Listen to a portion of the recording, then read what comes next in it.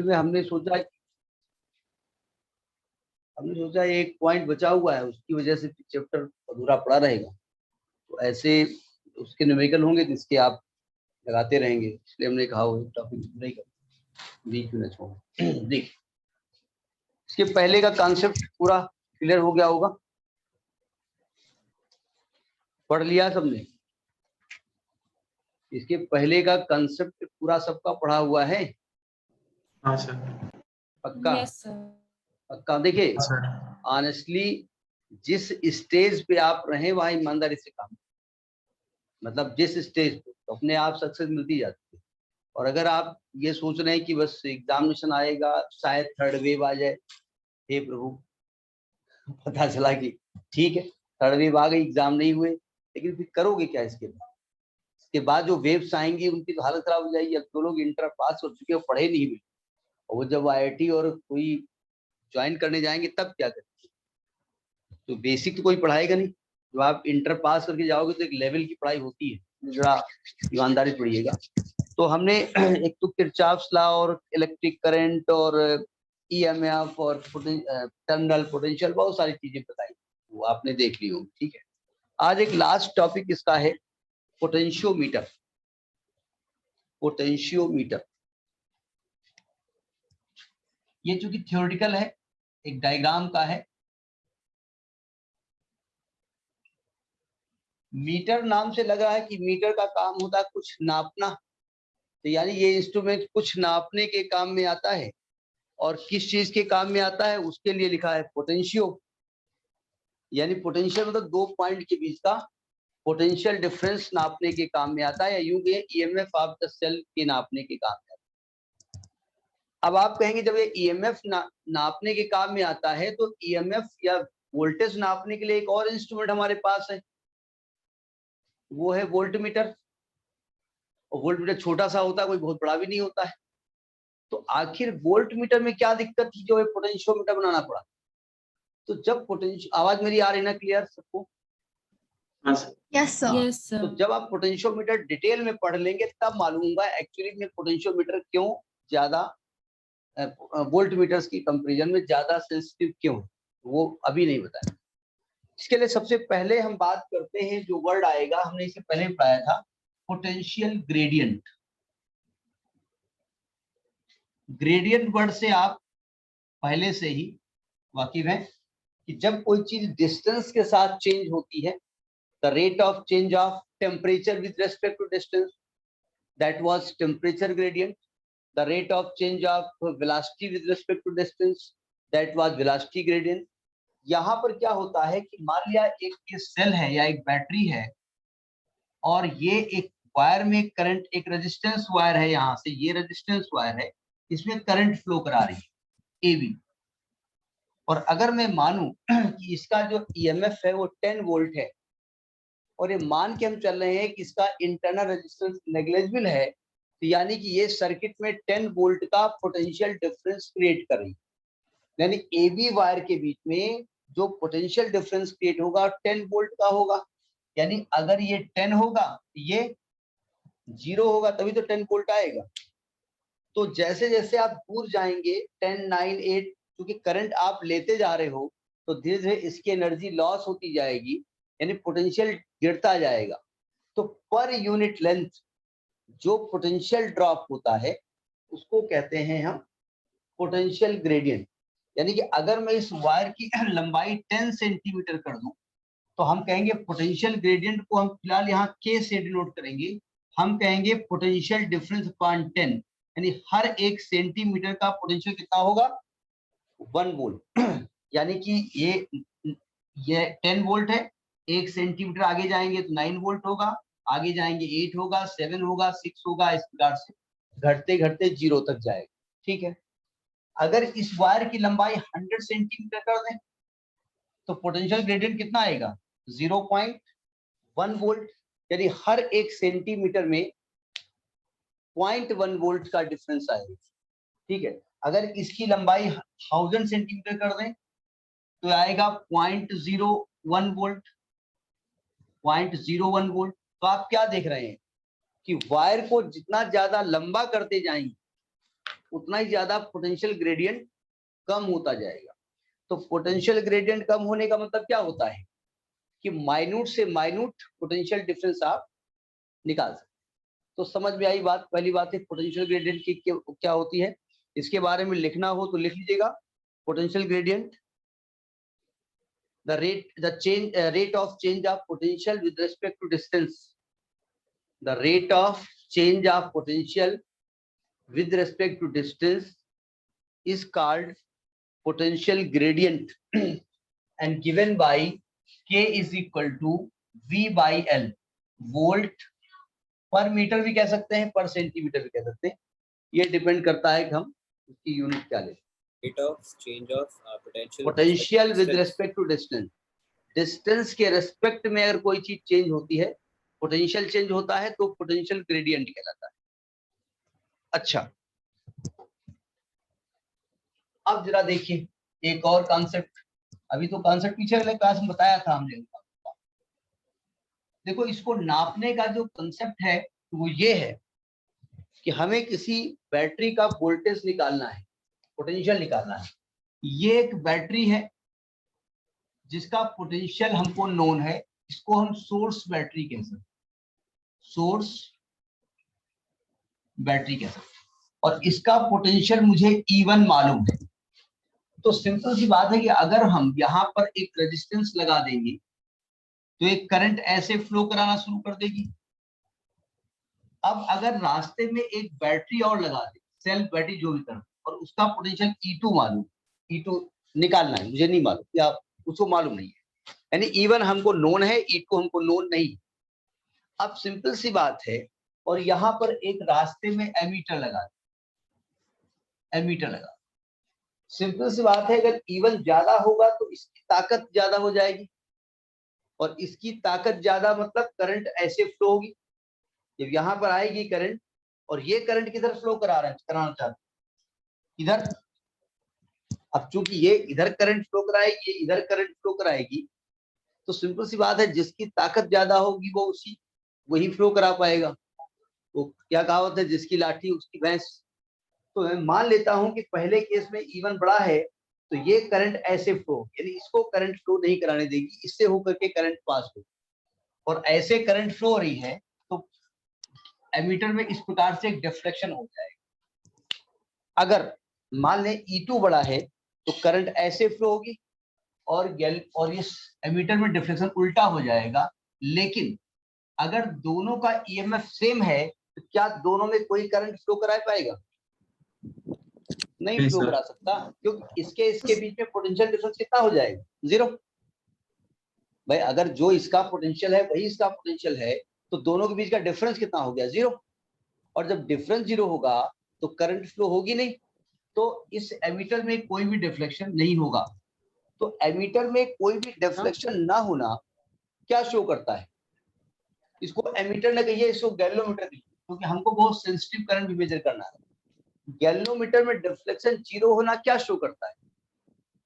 कि इसका EMF इसके EMF के बराबर है, यानी E2 की वैल्यू E1 के बराबर है। तो हम इसी कॉन्सेप्ट का यूज करेंगे पोटेंशियोमीटर।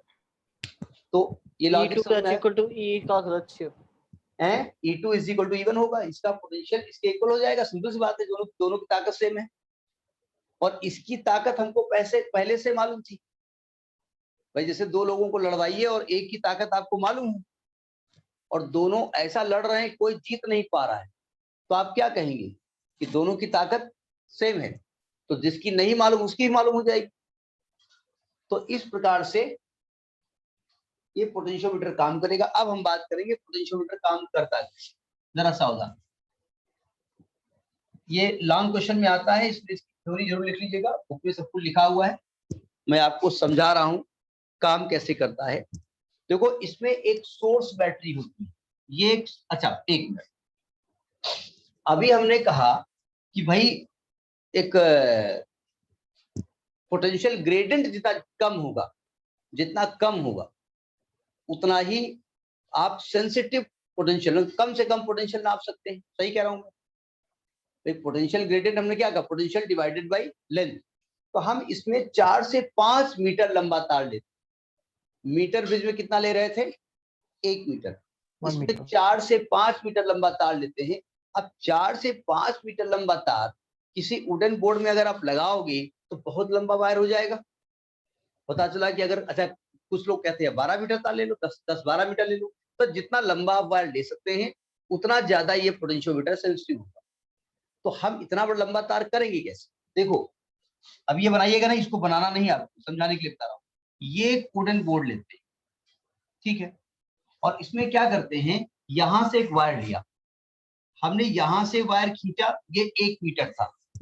अब चूंकि हमको 5-6 मीटर 7 मीटर तार चाहिए, तो यहां पर हमने क्या किया, एक कॉपर स्ट्रिप लगा दी। और ये जो वायर है ये नाइक्रोम या कॉन्स्टेंटन का रेजिस्टेंस वायर है। हमने बताया था कि नाइक्रोम या कॉन्स्टेंटन का रेजिस्टेंस वायर क्यों लिया जाता है, क्या रीजन है? क्योंकि ये टेम्परेचर के, एक तो ये जल्दी हीट नहीं होता, क्योंकि आप जानते हैं जब आप एक्सपेरिमेंट काफी देर तक करते हैं तो वायर का टेम्परेचर चेंज हो जाता है, तो टेम्परेचर के चेंज होने से उसका रेजिस्टेंस बदल जाता है। अब पता चला हम जो जिस वायर को लेके एक्सपेरिमेंट कर रहे थे उसका कुछ रेजिस्टेंस था और उसका रेजिस्टेंस हो गया चेंज। एक से तो हम क्या करते हैं, एक कॉन्स्टेंटर वायर लिया और यहाँ पर कॉपर स्ट्रिप लगा दी। अब क्या करेंगे, यहां से वायर एक और खींचेंगे।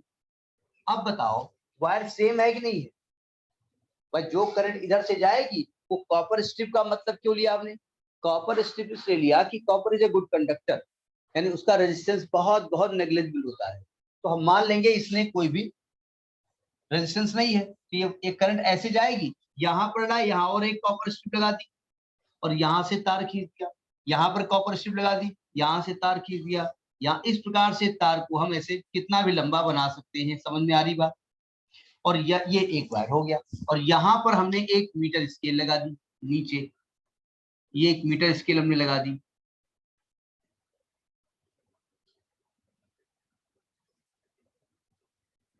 इस प्रकार से हमने स्केल लगा दी। अब सिंपल सी बात है, मतलब 1 2 3 4 5 6 7 8 जितना चाहे उतना लंबा तार लगा सकते हैं और इतने ही बड़े बोर्ड में आ जाएगा। तो मान लिया आपका यहाँ से यहाँ तक लंबाई नापनी 1 मीटर, यहाँ से अगर 2 मीटर, और अगर यहाँ 30 सेंटीमीटर है तो पूरी लंबाई 2 मीटर 30 सेंटीमीटर नापेंगे। तो समझ में आई बात? नहीं आई? कैसे बनाते हैं इसको? Yes, sir. तो इस प्रकार से, अब क्योंकि यहाँ पर ऐसे हम शो नहीं करेंगे, यहाँ पर हम एक वायर ए बी लेते हैं जिसकी लंबाई 4 से 5 मीटर होती है।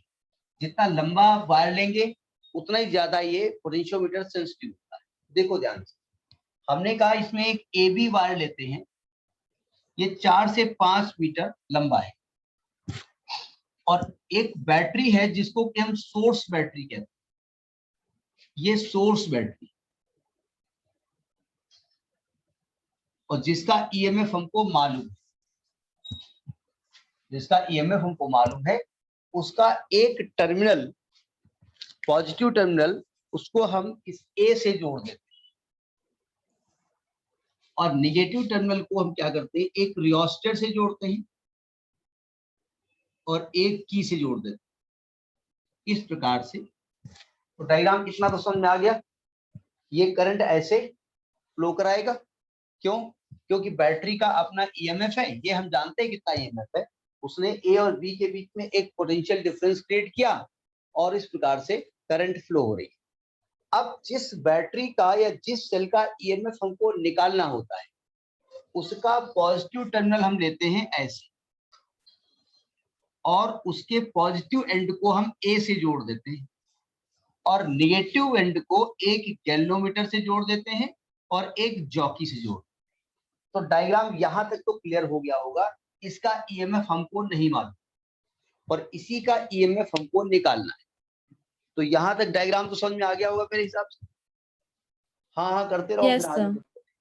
अब जरा सावधान देखो, इसका एक ईएमएफ मैं मान लेता हूं कि 10 वोल्ट। अगर मैं मान लूं कि इसका ईएमएफ 10 वोल्ट है और इसका ईएमएफ 6 वोल्ट है, मान लेता हूं, मुझे मालूम नहीं है फिलहाल, ठीक है। तो अगर इस बैटरी का ईएमएफ 10 वोल्ट है तो यानी इस बैटरी ने इस वायर के एंड्स के बीच में कितना पोटेंशियल डिफरेंस क्रिएट किया? 10 वोल्ट। यानी कि अगर इस एंड का पोटेंशियल 10 है तो इस एंड का पोटेंशियल 0 होगा। सही कह रहा हूं मैं? Yes, sir. अब जरा समझिए, मैंने क्या किया, इसकी जॉकी ली और इस जॉकी को यहां से टच कराया, J1 से टच कराया। इसमें एरो ना बनाइएगा, वैसे तो ऐसे हम एरो बना दें, ऐसे एरो यहाँ पर हमको करंट शो करनी है इसलिए एरो ना बनाइए। जॉकी को J1 से टच कराया, जरा सावधान। ये 10 वोल्ट है, कम होते होते मान लिया 10 वोल्ट, 9 वोल्ट, 8 वोल्ट, 6 वोल्ट, माने ये आपका 7 वोल्ट आ गया। अब जहां से J1 टच हुआ है, ये A है, ये 10 वोल्ट। A और J1 के बीच में पोटेंशियल डिफरेंस कितना है? 3 है। और इसका कितना है? 6 है। भाई ये इसके बीच में जो करंट फ्लो होगी वो इसके पोटेंशियल डिफरेंस की वजह से फ्लो होगी। तब यहां से जॉकी को टच कराओगे, इस पूरे वायर का काम खत्म। पहले इसकी हम बात केवल कर रहे हैं। तो इसका पोटेंशियल है 3, क्योंकि ये वाला, ये करंट ऐसे फ्लो करा रही है और ये करंट ऐसे फ्लो कराना चाहती है। अब इसमें ताकत किसकी ज्यादा है? इस बैटरी की ज्यादा है कि ये इसका पोटेंशियल डिफरेंस ज्यादा है? बैटरी। अब तो इसकी ताकत ज्यादा है तो करंट कौन फ्लो कराएगा? बैटरी कराएगा, ये वाली। तो यानी ये करंट ऐसे फ्लो, ऐसे करंट फ्लो, यानी इस प्रकार से करंट हो रही है और गैल्वेनोमीटर में ऐसे डिफ्लेक्शन। समझ में आई बात? पहली पॉइंट। यानी फर्स्ट ऑफ ऑल जॉकी को J1 से टच कराया और A और J1 का जो पोटेंशियल डिफरेंस है वो इसके EMF से कम है।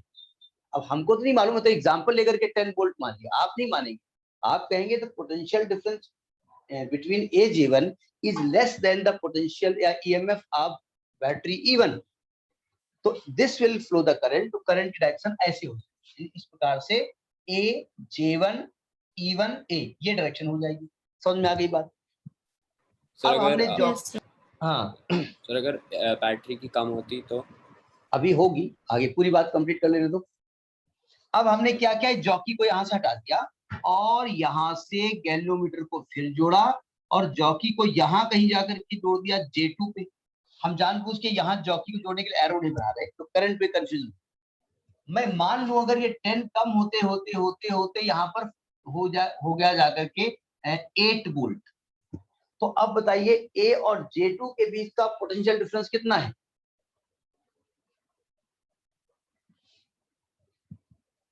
अरे क्या बोल रहा हूँ, सॉरी 2 वोल्ट।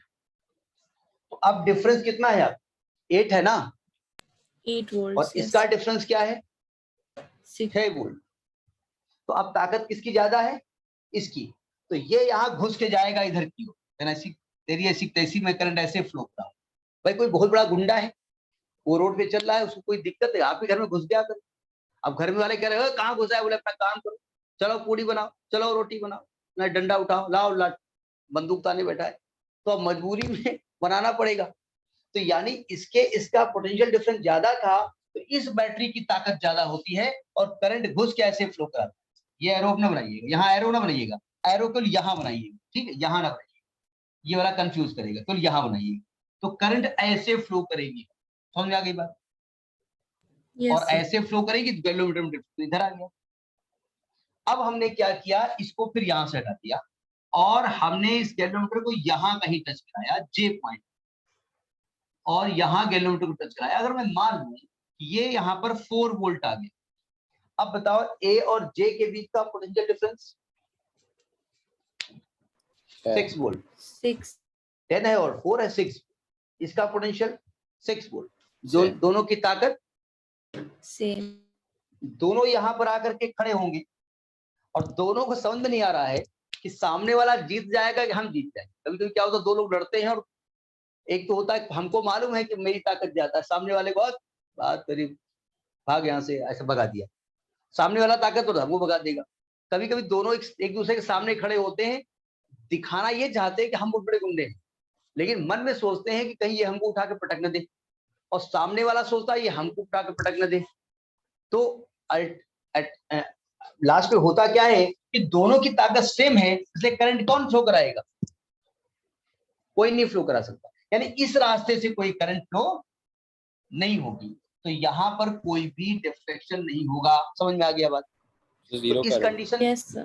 इस कंडीशन में क्या होगा कि potential difference between AJ is equal to EMF of cell E1, यानी आपको पोटेंशियल डिफरेंस आपको मालूम है।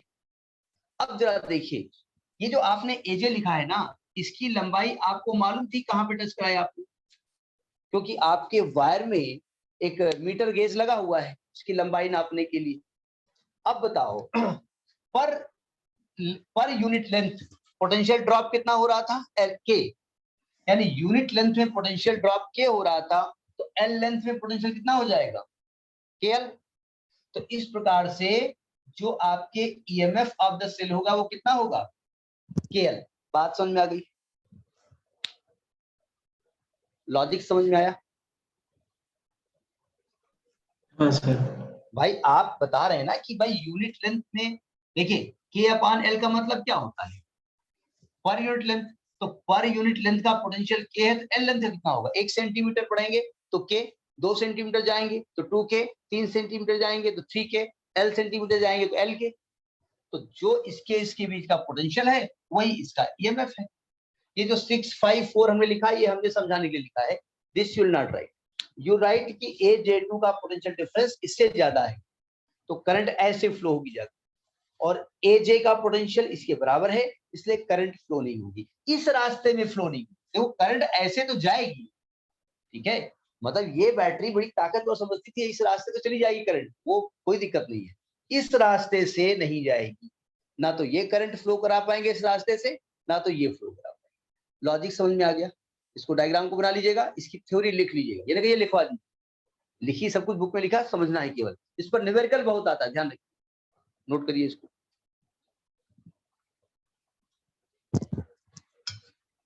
Done, sir. Noted, sir. Theory समझ में आ गई पूरी? Yes, sir. ये जो 1087 हमने लिखा है ये आपको अपने समझने के लिए लिखना है, एग्जाम में नहीं लिखना है।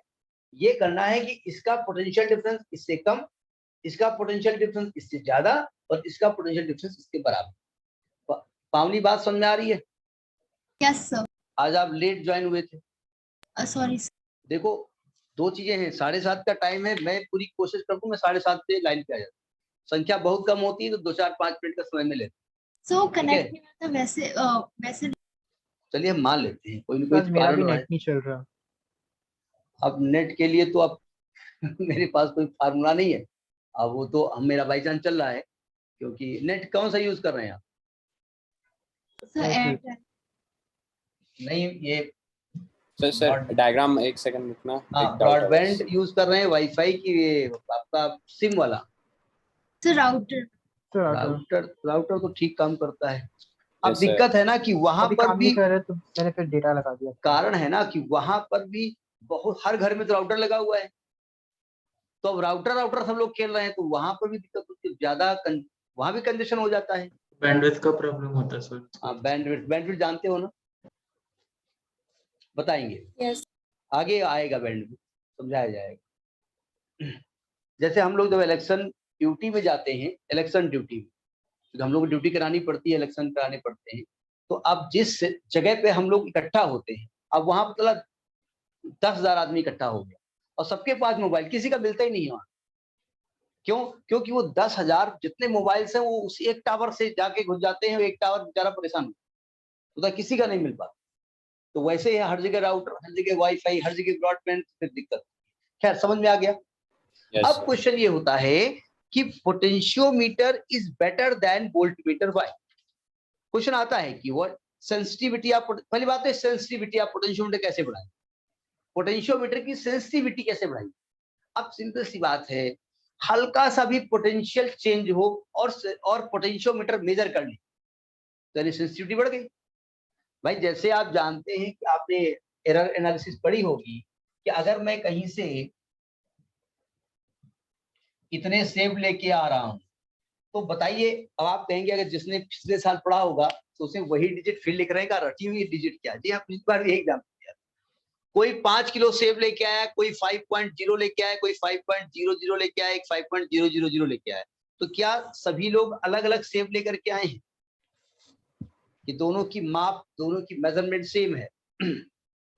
सभी का मेजरमेंट सेम है या अलग अलग है? सर सेम है, सॉरी सेम है मतलब। हाँ, इन्होंने कहा सेम। देखिए सभी क्या उत्तर देंगे? सर ये जो सेम है बट एक्यूरेसी डिफरेंट, मतलब नहीं, सेम प्रिसीजन भी या नहीं। एक्यूरेसी। देखिए एक्चुअली में ये जिस इंस्ट्रूमेंट से लेकर के आए हैं वो 5 किलो के बाद मेजर कितना करता है? 6 किलो। यानी कि 5 किलो 900 ग्राम वो मेजर नहीं करेगा। जब तक 6 किलो नहीं हो जाएगा तब तक उसका मीटर बढ़ेगा नहीं। 5 के बाद 6 जाता है, ठीक है। तो यानी कि 5 किलो 900 ग्राम तक अगर वो लेके आ रहा है तब भी वो 5 ही किलो बताएगा। समझा रही बात नहीं आ रही है? तो यहाँ पर जो मेजर कर रहा है वो 5.1, 5.2, 5.3 से 5.9 तक मेजर हो जाता है। यहाँ पर 5.01, 5.02, 5.99 मेजर हो जाता है। तो जितना ज्यादा आप डेसिमल में जाएंगे उतना एक्यूरेट मेजर करेंगे। भाई मान लिया करें ए से बी के घर की दूरी 1 किलोमीटर, हमने कहा 1 किलोमीटर 900 मीटर, आपने कहा 1 किलोमीटर 900 मीटर इतने सेंटीमीटर, उन्होंने कहा 1 किलोमीटर 900 मीटर इतने सेंटीमीटर, इतने मिलीमीटर। तो जितना ज्यादा आप उसके नजदीक तक मेजर करते हैं वो क्या कहलाता है?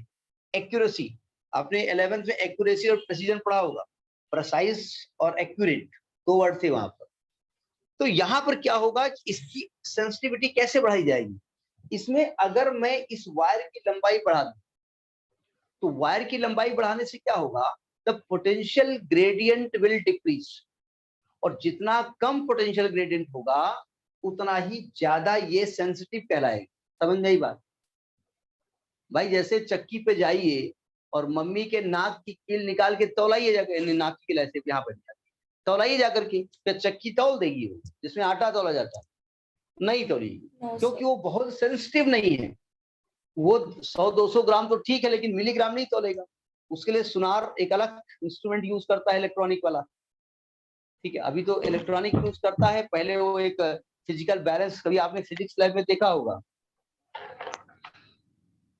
आपने फिजिक्स लैब में फिजिक्स लैब में आपने फिजिकल बैलेंस देखा है ना? Yes sir. हाँ, हमको याद है कि Yes, sir. मैं जब इंटरमीडिएट में था तो मेरे केमिस्ट्री टीचर जो ट्यूशन पढ़ाते थे वो, मेरे पास पैसा नहीं था पढ़ने का तो हमको मारते बहुत। तब से जब मैं टीचर बना तो मैंने ये कसम खाई थी कि ट्यूशन बाजी नहीं करूँ। मतलब ट्यूशन तो पढ़ाता हूँ, कोचिंग पढ़ाता हूँ, लेकिन बाजी नहीं करूंगा। अगर कोई बच्चा फीस नहीं दे सकता है तो वो हमारा उतना ही फ्री है स्कूल में जितने की और है। तो हम खुद मार खाए थे ना, तो पैसा नहीं था। तो हम केमिस्ट्री लैब में थे, वो बैलेंस रखा था, उन्होंने कहा ये क्या रखा है? क्योंकि फिजिकल बैलेंस नाम याद रहता था, हमने कहा फिजिकल बैलेंस रखा। उन्होंने घसीट कंटा मारा, कहने लगा कि ये फिजिकल बैलेंस नहीं, केमिकल बैलेंस है। अच्छा, फिर थोड़ी देर बाद फिजिक्स लैब में एक्सपेरिमेंट हो रहा था, फिर वहां पहुंच के उनको मारना था। कहने ये क्या है? अब हम पूरा फिजिकल बैलेंस तो है नहीं कि मार खा चुके। एक हमने कहा एक केमिकल बैलेंस है, फिर एक धरा बोले फिजिकल बैलेंस है, अभी तो बगल वाले में तो केमिकल बैलेंस था, हम पर फिर मार खाया। बाई चांस लैब छोटी थी, बाहर बरामदे में कुछ एक्सपेरिमेंट हो रहे थे, वहां पे मैं खड़ा था, वहां भी बैलेंस रखा था, फिर वहां पर आ गए, बोले ये क्या है? अब मैं समझ नहीं पा रहा, फिजिकल बैलेंस नहीं पड़ा है, तो हमने कहा फिजिकल बोल देते, बोले फिजिकल बैलेंस है, फिर एक मारा, बोले लैब के बाहर है इसलिए बैलेंस है। गए 3 जगह 3 नाम, तीनों जगह मार खाए। तो बोले वो फिजिक्स लैब में तो फिजिकल बैलेंस, केमिस्ट्री लैब में तो केमिकल बैलेंस, और लैब के बाहर तो केवल बैलेंस। तो पहले सुनार बैलेंस से नापता था, तो क्योंकि बड़ा सेंसिटिव नाप लेता है। तो इसकी जितनी लंबाई आप बढ़ा दोगे तो उतना ही पोटेंशियल ग्रेडियंट कम हो जाएगा, उतना ही ये सेंसिटिव हो जाएगा, ठीक है। तो अगर आपसे कहा जाए कि how we increase the sensitivity of potentiometer, तो आप कहेंगे just we increase the length of the wire. क्यों? The potential gradient will decrease, मतलब पर सेंटीमीटर बहुत कम पोटेंशियल चेंज होता जाएगा और आप उसको मेजर कर सकते हैं। समझ में आ गई बात? इसके बाद आता है कि भाई potentiometer, why the potentiometer is superior than voltmeter? लिखिएगा, the potentiometer, the superiority of potentiometer over voltmeter, बहुत आता है एग्जाम में। superiority of potentiometer with voltmeter, इसको लिख पाएंगे नहीं? 2 पॉइंट का उसमें आता है लिखने के लिए, जरा समझिएगा। आपने अगर कभी पिक्चर उच्चर देखी हो तो एक निरमा वॉशिंग पाउडर का एडवर्टीजमेंट आता, एक लेडीज साड़ी पहनती है और दूसरी जाती है, उसकी साड़ी को देखती है, कहते हैं इसकी साड़ी मेरी साड़ी से सफेद क्यों? तो एकदम से वो प्रचार आता है निरमा वाशिंग पाउडर, मतलब वो निरमा से धो के आई है। तो यानी कि देखा कभी ये प्रचार आप? नहीं, टीवी में नहीं आता है, हॉल वाल में जाके पहले तो उसमें आता था, देखा कि नहीं देखा तुमने? क्या छोड़िए, बोले ये सब कुछ नहीं देखते हैं। वोल्ट मीटर काम कैसे करता है? पहले तो भाई अभी पोटेंशियोमीटर कैसे काम करता तो ठीक है, वोल्ट मीटर कैसे काम करता है जरा समझिएगा। कोई भी सर्किट होता है और इसमें एक की बनी हुई है, ये एक करंट यहाँ फ्लो करा रहा है इसी रेजिस्टेंस में आर में, तो यहाँ पर करंट को नापने के लिए एमीटर लगा हुआ है, कि यहाँ लगा दो। और वोल्ट मीटर कहाँ लगाया जाता है? पैरेलल में लगाया जाता है, ठीक है। जरा समझिएगा, ये वोल्ट मीटर और एमीटर की स्थिति देखिएगा।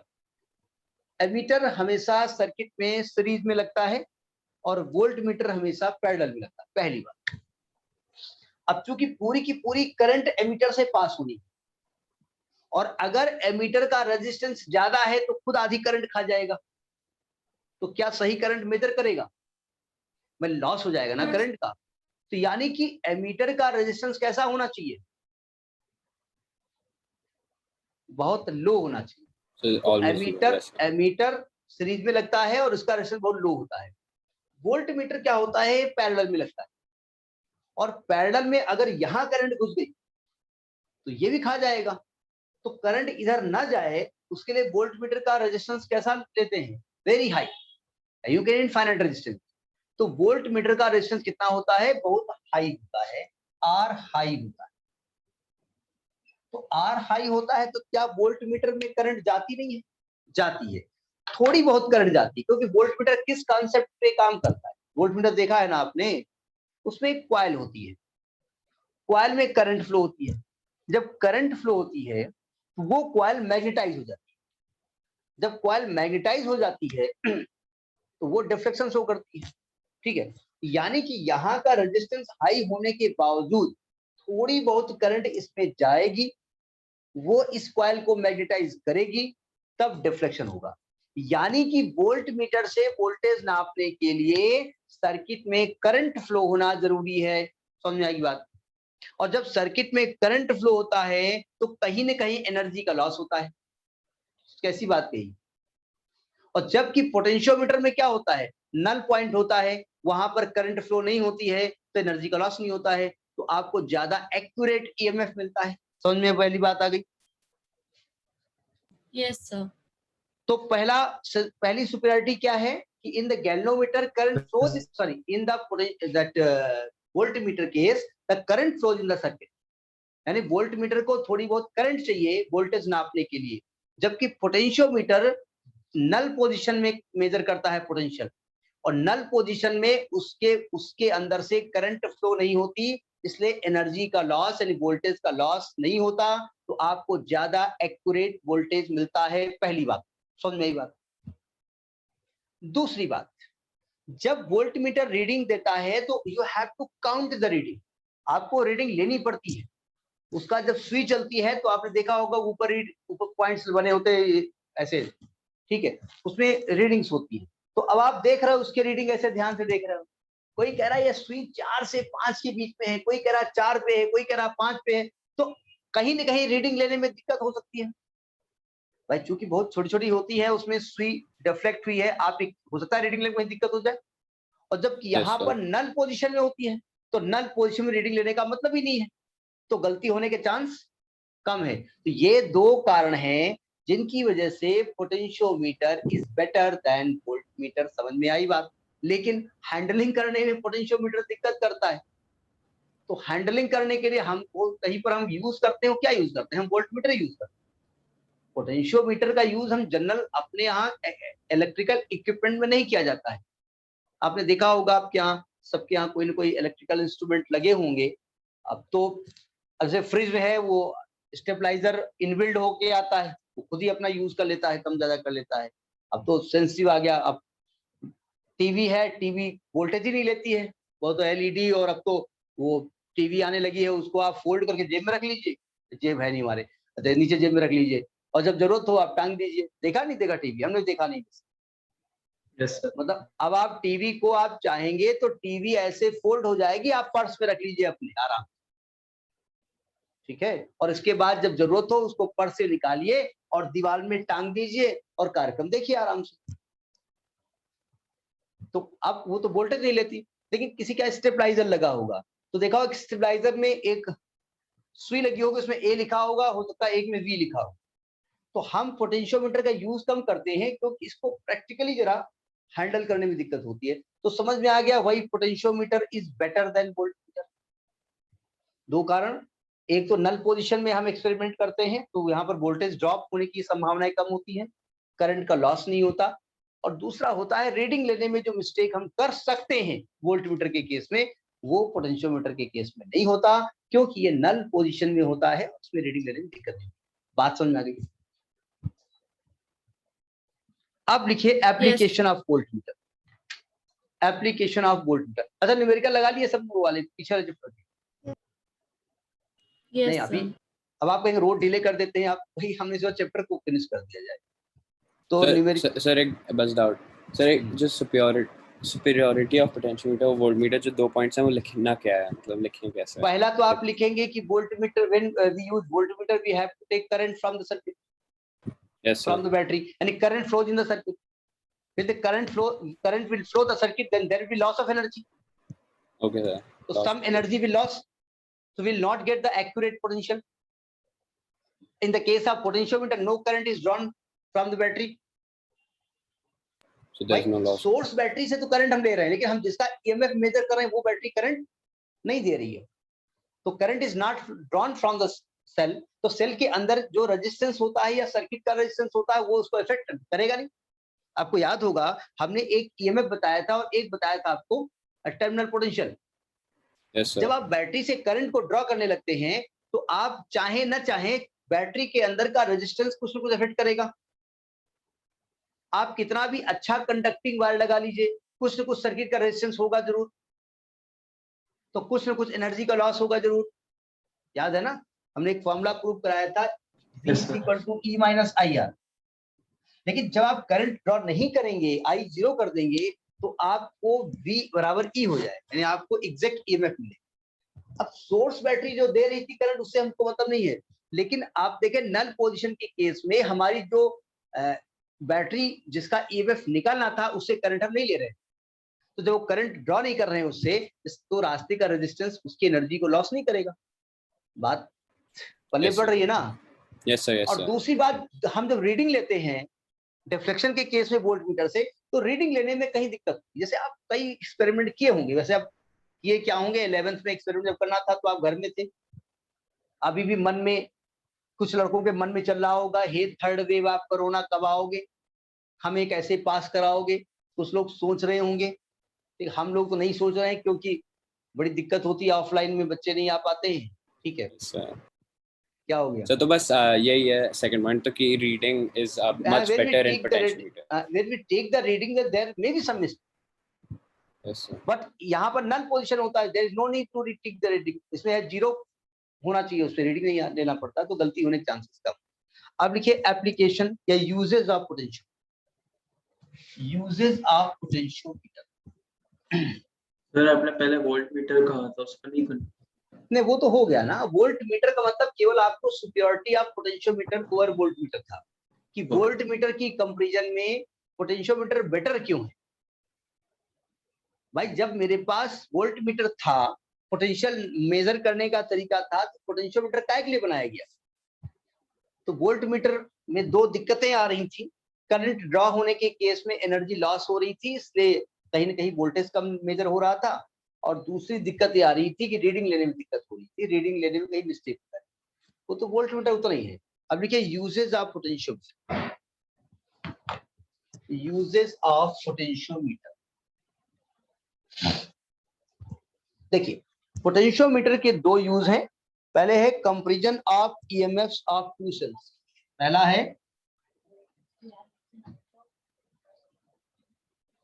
Comparison of EMFs of two cells।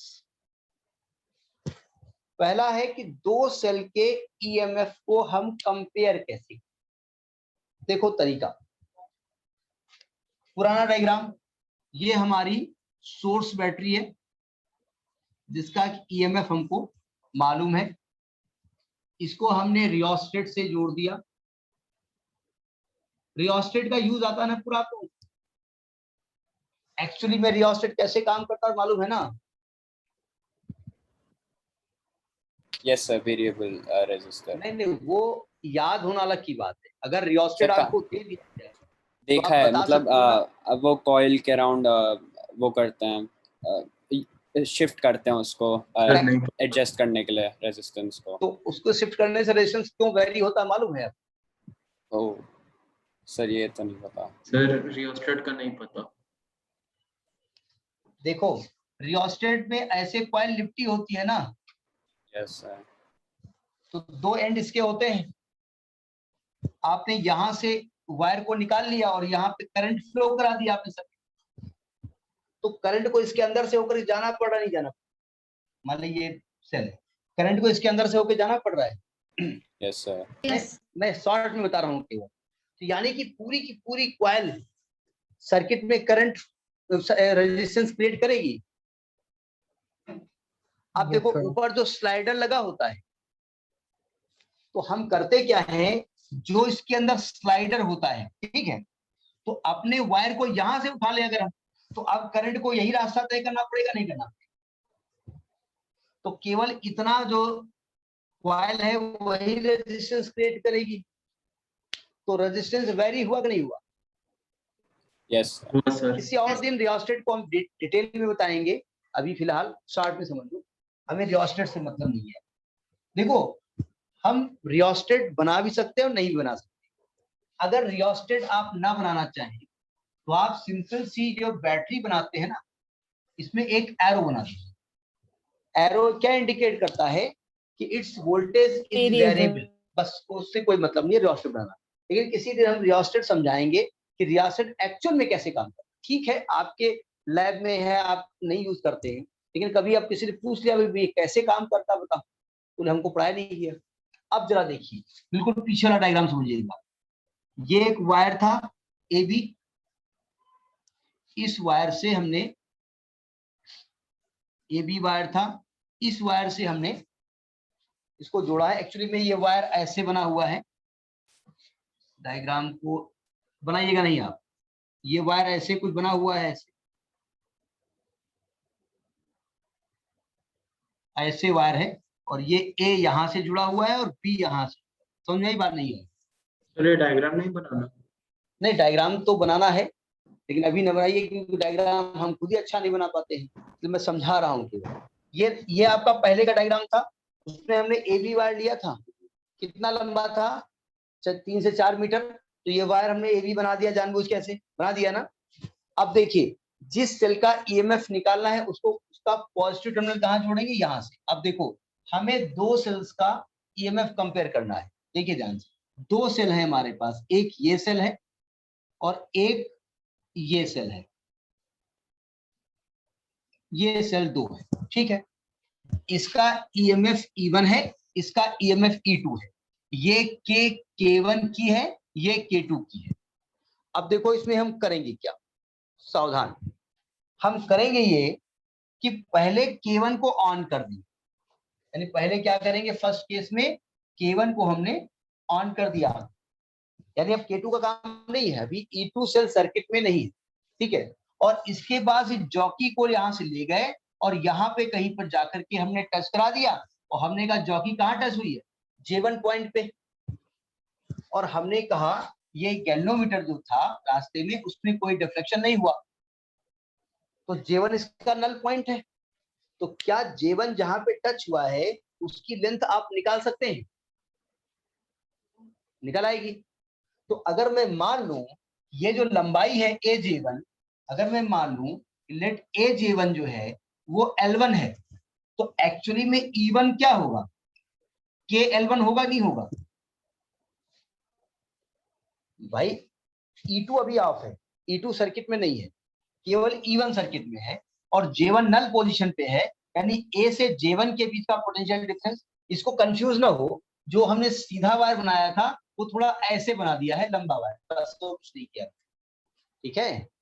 वो जो एक वायर ए बी बनाया था वही ये वायर है, केवल थोड़ा सा हमने चेंज कर दिया ऐसे, और कुछ नहीं किया है। तो यानी कि इसका ईएमएफ E1 के L1 होगा भी होगा, बताइए।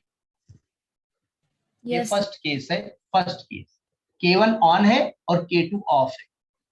अब सेकंड केस हमने क्या किया, सेकंड केस में हमने K2 को ऑन कर दिया और K1 को ऑफ कर दिया। अब ये ऑफ हो गया और ये ऑन हो गया। अब डायग्राम में तो आप एक ही दिखाओगे दोनों, या दोनों को ऑफ ही दिखाओगे, डायग्राम में दिखाओ कैसे। अब देखो ये वाला आप सर्किट में ऑन हो गया और यहाँ पर गैल्वेनोमीटर लगा है और यहाँ पर जॉकी कहीं जाके टच हुई J2 और ये नल पोजीशन है। तो J2 की लंबाई अगर मैं मान लूं कि L2 है तो E2 is equal to KL2 हो जाएगा। तो इक्वेशन 1 और 2 को डिवाइड कर दो by equation 1 and 2। E1 upon E2 is equal to L1 upon L2। तो अगर आपको दोनों सेल्स के नल पॉइंट की पोजीशन मालूम हो तो दोनों के ईएमएफ को कंपेयर किया जा सकता है। बात समझ में आ गई ना? Yes, Yes, sir. sir. Note करिए इसको।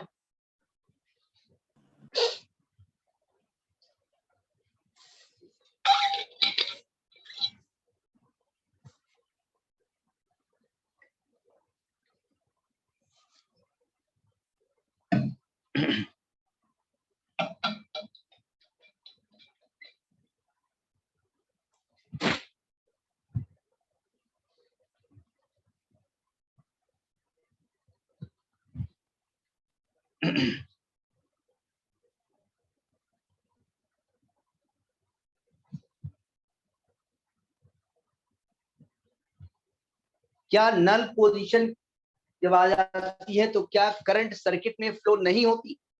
होती है। इस रास्ते से फ्लो नहीं होती। ये वाली जो सेल है वो अपना जो रास्ता उधर चली जाती है। तो भाई जो देखो लड़ाई हो रही है और इसको मालूम है जीते हैं हारे क्या हो पता नहीं, चुपचाप अपने रास्ते चला जाता है। तो करंट जो पहले फ्लो हो रही थी वो उसी रास्ते चली जाती है, इस वाले रास्ते से नहीं जाती। यानी ना तो ये फ्लो कराएगी ना इधर से करंट जाएगी। समझ में आ गई बात? अच्छा नोट कर लीजिए फिर हम बताएंगे।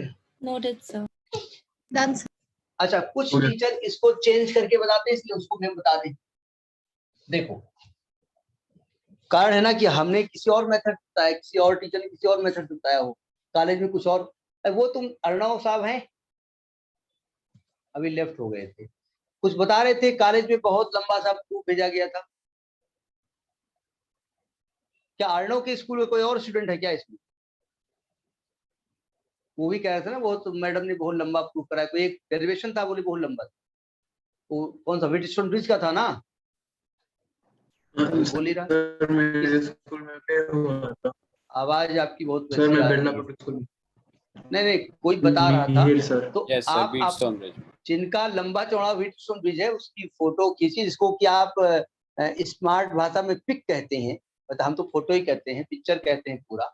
तो उसको आप जरा भेज दीजिएगा, एक बार देख लें, ग्रुप में भेज देना या हमारे नंबर पे भेज देना, एक बार देख लें क्या है लंबा क्या है, ठीक है। जरा समझिएगा सावधान। पहले केस में क्या हो रहा है कि J1 पॉइंट नल पॉइंट जा रहा था, यानी A J1 के बीच में पोटेंशियल डिफरेंस कितना था? E1 था। A और J1 के बीच में पोटेंशियल डिफरेंस कितना था? वही था ना जो इसका EMF था। बोलिए भाई। Yes sir, yes sir. Yes, तो sir. यानी कि E1 is equal to rho L1 by A होगा। अगर Yes. मैं इसकी लंबाई L मानू यहां से यहां तक, और पोटेंशियल डिफरेंस का फॉर्मूला ये तो होता है। दूसरे केस में अगर हम बात करें, क्योंकि वायर सेम है, तो दूसरे केस में E2 is equal to rho L2 by A होगा। तो दोनों को जब E1 अपान E2 करेंगे तो L1 अपान L2 हो जाएगा। तो हम पोटेंशियोमीटर का कॉन्सेप्ट लगा रहे थे, वो भी सही था के L1 वाला, और ये वाला कॉन्सेप्ट लगा रहे हैं तो वो भी सही, दोनों सेम है। अगर कोई दूसरे मेथड से बताता है तो आप कहेंगे स्कूल में ऐसे बताया गया तो उसमें कंफ्यूज मत, ठीक है। अच्छा तो ये पहला इसका यूज है। दूसरा लिखिए, determine the determination of the internal resistance of primary cell. Determination of the internal resistance of primary cell. दूसरा इसका जो यूज है, internal resistance of primary cell निकालने का इसका यूज होता है। देखो ध्यान, प्राइमरी बोले तो जिसका ईएमएफ निकालना होता है उसका इंटरनल रेजिस्टेंस निकालना है। देखो ध्यान से, ये पहले वाला डायग्राम था, अब मैं तार को एक ही कर दिया हमने। ये एबी तार 4-5 मीटर का था, ये हमारी सोर्स बैटरी थी, रियास्टेट थी, के था, जो भी था वो था, जो थी वो थी। अब देखो, इस बैटरी का हमको ईएमएफ निकालना है। ईएमएफ मतलब इंटरनल रेजिस्टेंस निकालना है। इसका ईएमएफ हमने E1 मान लिया, या ई मान लो, जो भी आपको मान लो, इसका ई मान लो, ठीक है E1 मान लो। अब जरा देखिए ध्यान से, सावधान, हमने क्या किया, ये E1 था और हमने इस जॉकी को टच कराया और J1 पॉइंट पे टच कराया, और ये लेंथ L1 था, और हमने ये मान लिया कि इसमें जो गैल्वेनोमीटर है उसमें कोई डिफ्लेक्शन नहीं हो रहा है, यानी ये नल पोजीशन की पोजीशन है। तो E1 is equal to KL1 होगा। बताइए, यस इसमें डायग्राम अभी अधूरा है, ध्यान रखिए, डायग्राम ना बनाइए। इसमें एक्चुअली में डायग्राम को थोड़ा अब पूरा कर, पहले जानबूझ से नहीं पूरा।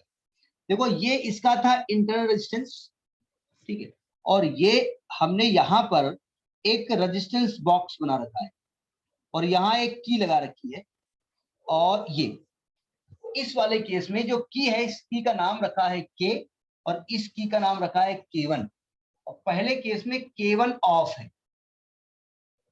देखो, जब K1 ऑफ है, जरा सावधान, जब K1 ऑफ है तो इसका मतलब ये रेजिस्टेंस जो रेजिस्टेंस बॉक्स लगा है, इसका रेजिस्टेंस तो सर्किट में है नहीं, और ये नल पोजीशन यहां से मिल रही है, गैल्वेनोमीटर लगा हुआ है J1। तो यानी इस कंडीशन में ये इंटरनल रेजिस्टेंस काम करेगा? नहीं करेगा, क्योंकि सर्किट से इंटरनल रेजिस्टेंस कब काम करता है? जब सर्किट से करंट फ्लो हो रही होती है, क्योंकि सेल करंट दे नहीं रही है, इसलिए इंटरनल रेजिस्टेंस यहाँ काम करेगा नहीं। तो पहले केस में K1 ऑफ है, यानी रेजिस्टेंस बॉक्स सर्किट में नहीं है। तो उस केस में E1 बराबर KL1 मिला। समझ में आ गई बात? अब मैंने क्या किया, देखो, अब K1 को ऑन कर दिया, K1 को ऑन कर दिया, और यहां पर कुछ रेजिस्टेंस क्रिएट कर दिया, and R is the resistance in the circuit. कौन से सर्किट में? जिस सेल में हम ये ऑफ कर रहे हैं, यहां से R निकालिए।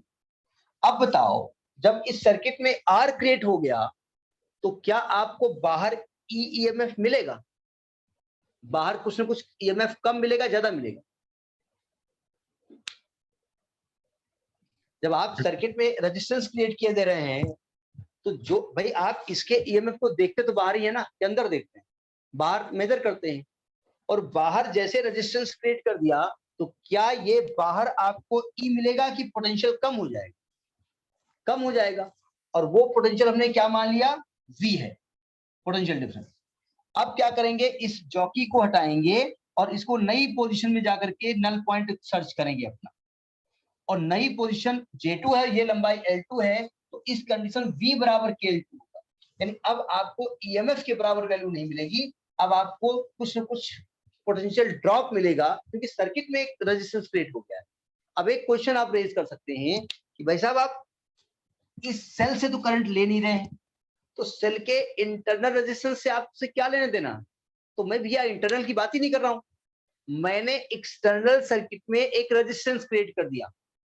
हमने एक्सटर्नल सर्किट में एक रेजिस्टेंस क्रिएट कर दिया, तो रास्ते में जो पोटेंशियल हमको मिलना चाहिए था वो कम हो गया, और वो E की जगह V मिल रहा है। ये लॉजिक पकड़ में आ रहा नहीं आ रहा है? आ रहा समझ में सर। देखिए, पहले और दूसरे दोनों ही केस में क्या सेल से करंट आप ले रहे हैं?